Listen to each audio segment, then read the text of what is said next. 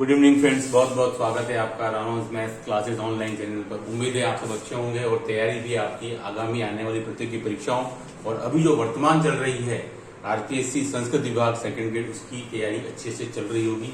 जैसा कि स्टूडेंट आप आज की वीडियो का टॉपिक देख सकते हैं, एक बहुत ही इंपॉर्टेंट टॉपिक पर वीडियो बनाने वाले हैं कि सेकंड ग्रेड में जो पेपर आपका फर्स्ट होता है और जो सेकंड पेपर होता है, दोनों में कैसे हम एक समन्वय बनाएं, यानी कि कैसे एक कॉम्बिनेशन बनाएं ताकि हमारा जो सिलेक्शन है वो उससे प्रभावित नहीं हो। जैसा कि आपको पता है स्टूडेंट, जो फर्स्ट पेपर जो होता है स्टूडेंट वो आपके 200 अंक का होता है सेकंड ग्रेड में, और जो सेकंड पेपर जो होता है स्टूडेंट वो आपके 300 अंक का होता है। तो जाहिर सी बात है सेकंड पेपर जो है वो ज्यादा इंपॉर्टेंट है फर्स्ट पेपर की तुलना में, क्योंकि वो आपका लगभग 1.5 गुना अंक ज्यादा है, यानी कि 300 अंकों का है। ठीक है, लेकिन सुन देखिए, दोनों में अगर आपका बैलेंस नहीं होगा, यानी कि पेपर फर्स्ट और सेकंड दोनों में ही आपका बैलेंस होना बहुत जरूरी है, तभी आप सिलेक्शन ले पाएंगे। अदरवाइज क्या होता है कि कई स्टूडेंट जो होते हैं वो मैथ्स में अच्छे होते हैं, यानी कि 300 से 200 तक का स्कोर करते हैं, तो वो जीके पर बहुत ही कम ध्यान दे पाते हैं। यानी कि मैंने भी देखा है कई स्टूडेंट के 200 में से 40-50 नंबर तक मुश्किल से आ पाते हैं। ऐसी स्थिति में वो पिछड़ जाते हैं, जबकि उनका मैथ्स उन कई स्टूडेंट से बेटर होता है जिनका सिलेक्शन होता है। तो स्टूडेंट यहाँ केवल आपका किसी एक सब्जेक्ट में अच्छा होना पर्याप्त नहीं है, आपका दोनों सब्जेक्ट में समन्वय होना, बैलेंस होना बहुत जरूरी है। हालांकि ये बात सत्य है कि अगर हम सेकंड ग्रेड मैथमेटिक्स की बात करें तो हमारी तलाश उस स्टूडेंट की होनी चाहिए जो मैथ्स में बेस्ट है। लेकिन ऐसा कई बार होता है स्टूडेंट कि आप मैथ्स में बेस्ट होते हैं और आप 220 तक भी ला रहे हैं स्टूडेंट आउट ऑफ 300, है ना, लेकिन जीके में आपके 30 नंबर ही आ रहे हैं, ऐसा भी देखा गया है। तो आपका सिलेक्शन हो नहीं पाएगा। जबकि इसके कंपैरिजन में जो स्टूडेंट 300 में से जो 150 नंबर ला रहा है और उधर जीके में स्टूडेंट अगर वो 120 तक ला रहा है तो उसका सिलेक्शन हो जाएगा, भले ही वो मैथ्स में आपसे काफी पीछे है। तो यहाँ आपको एक बात समझ लेनी है कि तलाश उस स्टूडेंट की नहीं है जो केवल 2 में से एक सब्जेक्ट में अच्छा है। दोनों में आपको थोड़ा बैलेंस बना के चलना पड़ेगा, तभी आप वो एग्जाम निकाल पाएंगे, नहीं तो फिर आपको हाथ मिलना पड़ेगा कि भाई हम कुछ अंकों से रह गए। तो देखिए स्टूडेंट, आप एक रणनीति बनाए, है ना। रणनीति आपकी इस बात पर निर्भर होनी चाहिए कि भाई मैं कितना समय दूं दोनों एग्जाम को, क्योंकि अगर आप संस्कृत विभाग की तैयारी कर रहे हैं स्टूडेंट तो डेफिनेटली अब से आपके पास में केवल 6 महीने से भी कम समय बाकी रह गया है तैयारी का।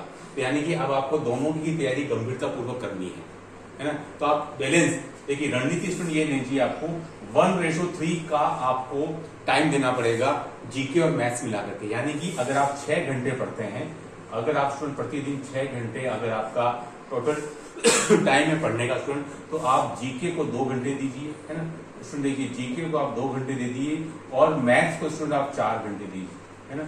यानी कि टोटल 6 घंटे में से आपने 2 घंटे जीके को दिए और 4 घंटे मैथ्स को दिए।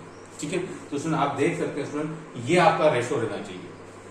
6 में से आपने 2 घंटे आपने जीके को दे दिए, है ना, और आपका जो है 4 घंटे मैथ्स को, तब जाकर स्टूडेंट आप दोनों के साथ जस्टिफाई कर पाओगे। नहीं तो अदरवाइज एक पलड़ा अगर हल्का रह गया तो फिर आपको भरपाई करना मुश्किल हो जाएगा, है ना।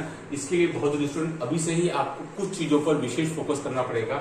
जैसे कि अगर हम जीके की बात करें स्टूडेंट, है ना, तो स्टूडेंट देखिए जीके की अगर आप बात करते हो तो सबसे पहले पुराने पेपर्स को सोल्व कीजिए जब से सेकंड ग्रेड होना शुरू हुआ है, यानी कि 2008 से।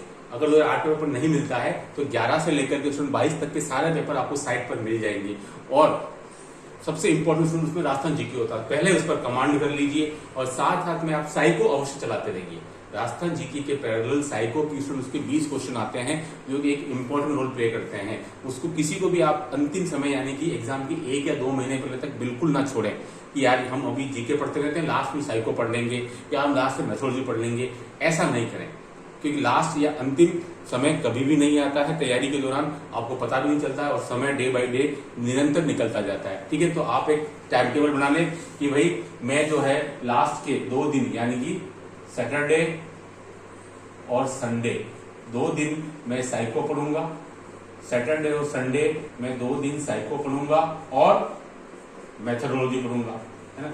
ये भी स्टूडेंट उतने ही इंपॉर्टेंट रोल प्ले करने वाले हैं, क्योंकि उसमें दोनों के मिलाकर के आपके 40 प्रश्न यानी कि आपका 80 नंबर, तो ये आपका 500 में से 80 नंबर भी एक इंपॉर्टेंट रोल रखता है। तो आप ऐसा कुछ डिसाइड कर लें कि भाई सैटरडे और संडे यानी कि 2 दिन हम वीक में साइको और मैथोलॉजी पढ़ेंगे। ऐसा करते करते स्टूडेंट आप देखेंगे कि 2 से 3 महीने में आप काफी कवर कर लेंगे, 3 महीने में लगभग, है है ना, और मुझे लगता है शायद 4 से 5 महीने तो सिलेबस ही कंप्लीट हो जाएगा। ठीक है, तो आप इस प्रकार की रणनीति बनाएं, वो खुद आपको बनानी पड़ेगी। इंडिविजुअली हर एक की अलग अलग हो सकती है। ठीक है, यहाँ एक मोटे तौर पर मैं आपको एक आइडिया दे रहा हूँ कि अगर आप 6 घंटे पढ़ते हैं तो आप 2 घंटे जीके पढ़िए, 4 घंटे मैथ्स पढ़िए।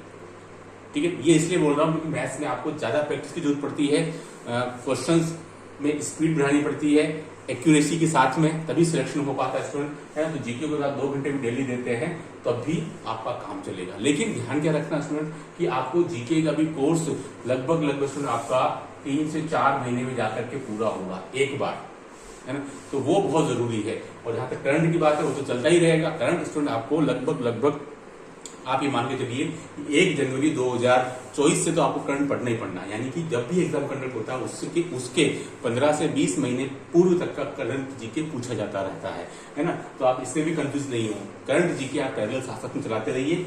लास्ट वीक के 2 दिन साइको और मेथोडोलॉजी आप कंटिन्यू करिए। ठीक है, बाकी सब चीजें छोड़ दीजिए। एक दिन साइको पढ़ लीजिए, एक दिन मेथोडोलॉजी पढ़ लीजिए, 6 से 7 घंटे, तो भी आपका काम हो जाएगा, है ना।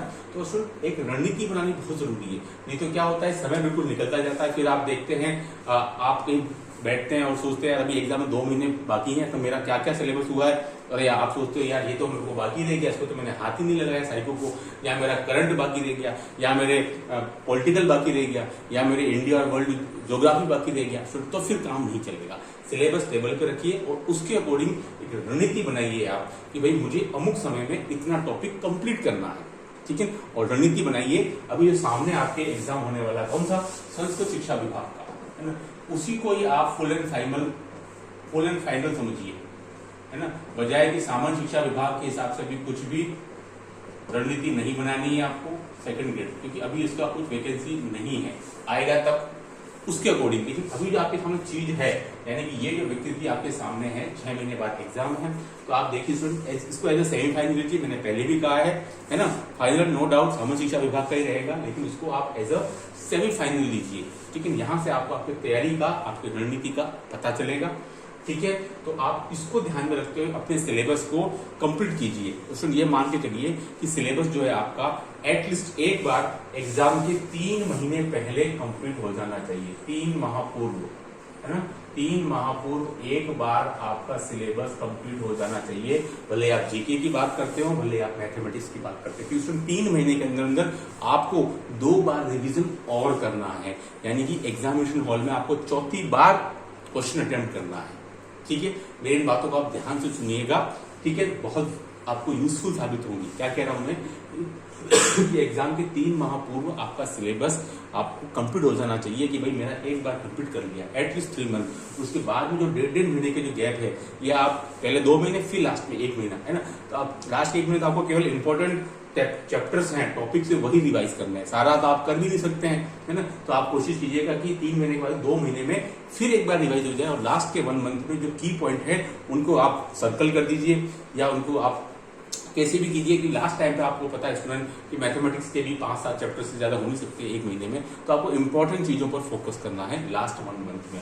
तो एक रणनीति बनाइए, एक स्ट्रेटजी बनाइए, उसके तहत फिर आपको, ताकि फिर आपको क्या है कि 1 महीने पहले या 2 महीने पहले आभास नहीं हो अमुक टॉपिक बच गया है। मैथमेटिक्स की बात करें, अरे यार बीएससी पार्ट में 2 टॉपिक रह गए हैं, ऐसा नहीं है ना। तो आपको एक रणनीति के तहत आगे बढ़ना है।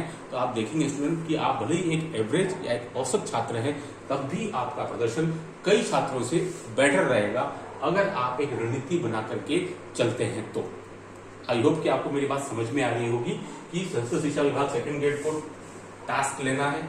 ये हमारा टास्क है। 6 घंटे पढ़ते हैं, ये मिनिमम बता रहा हूं मैं आपको, मिनिमम 6 घंटा, क्योंकि इसके बिना काम नहीं चलेगा।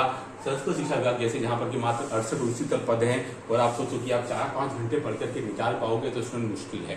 आपको 6 घंटे, 7 घंटे, 8 घंटे, क्योंकि वहां डेसिमल के लिए लड़ाई होने वाली है स्टूडेंट। ठीक है, तो आपका जीके भी उतना ही बढ़िया होना चाहिए जितना कि आपका मैथमेटिक्स। क्योंकि संस्कृत शिक्षा विभाग में आपके पास में मार्जिन ऑफ एरर बिल्कुल भी नहीं है, सीट्स की संख्या बहुत कम है।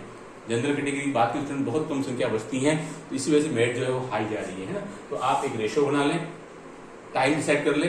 मैं बोलता हूँ अगर आप 6 या 7 घंटे पढ़ते हैं तो आप मॉर्निंग का टाइम डिसाइड कर लें, या आप ऐसा करें कि हफ्ते में जो है हम जो है मॉर्निंग का टाइम 6 में से जो मॉर्निंग है 4 घंटे या 5 घंटे वो हम मैथ्स पढ़ा लेंगे। स्टूडेंट देखिए मॉर्निंग का टाइम सबसे बेस्ट होता है, सबसे बढ़िया समय माना जाता है मैथमेटिक्स के लिए। सुबह 5 बजे से अगर आप पढ़ना शुरू करते हैं और शाम का टाइम या दोपहर का टाइम जब भी आपको अच्छा लगता है आप जीके को दे सकते हैं। तो 6 घंटे स्टूडेंट मिनिमम मेरे हिसाब से आपको अभी से ही पढ़ाई स्टार्ट करनी पड़ेगी।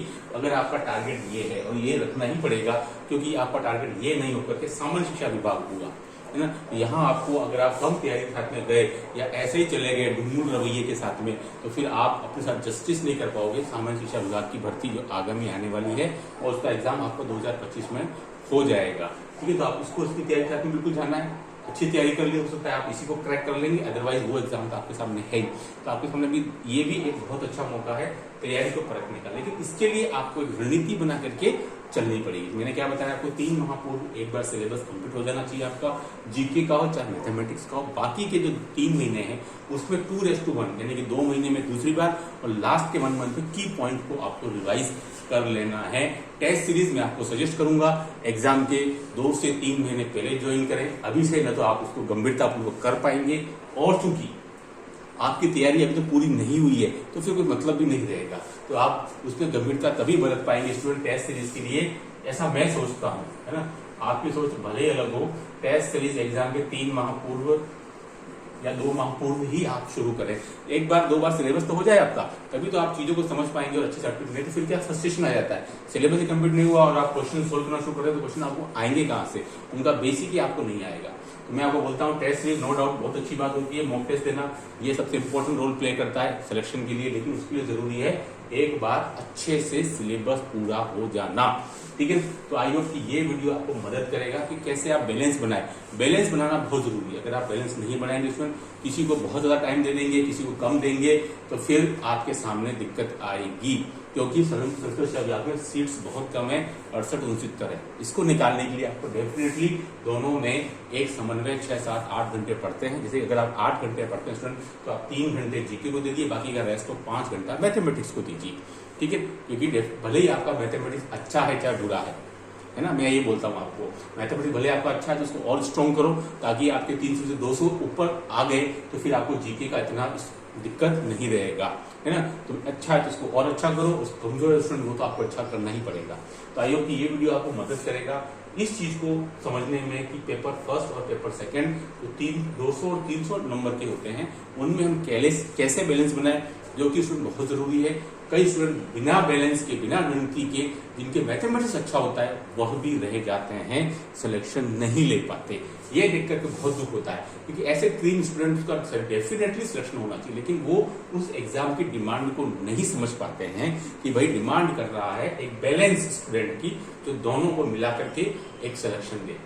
यह बहुत जरूरी है कि आप उस नीड ऑफ द आवर को पहचान पाए, ये ज्यादा जरूरी है, बजाय इसके कि आप इस सब्जेक्ट में अच्छे हैं वही पढ़ते रहेंगे तो दूसरे में स्टूडेंट आप उतना पिछड़ जाएंगे और संस्कृत शिक्षा विभाग में आप फिर उसको संभाल नहीं पाएंगे। हाँ, सामान्य शिक्षा विभाग में चल सकता है लेकिन यहाँ नहीं चल पाएगा। इसलिए रणनीति बनाइए, ठोस रणनीति बनाइए, इंडिविजुअली अपने हिसाब से बनाइए, सब्जेक्ट को, पेपर को डिवाइड कीजिए day and date wise, timing wise, मुझे मॉर्निंग में क्या पढ़ना है, इवनिंग में क्या पढ़ना है, कब किसको कितने टाइम में खत्म करना है।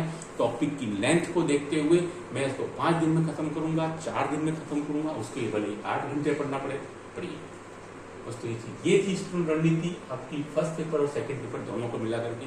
वीडियो कैसा लगा कमेंट द्वारा बताइएगा। Do like share subscribe my channel. Okay, thank, धन्यवाद।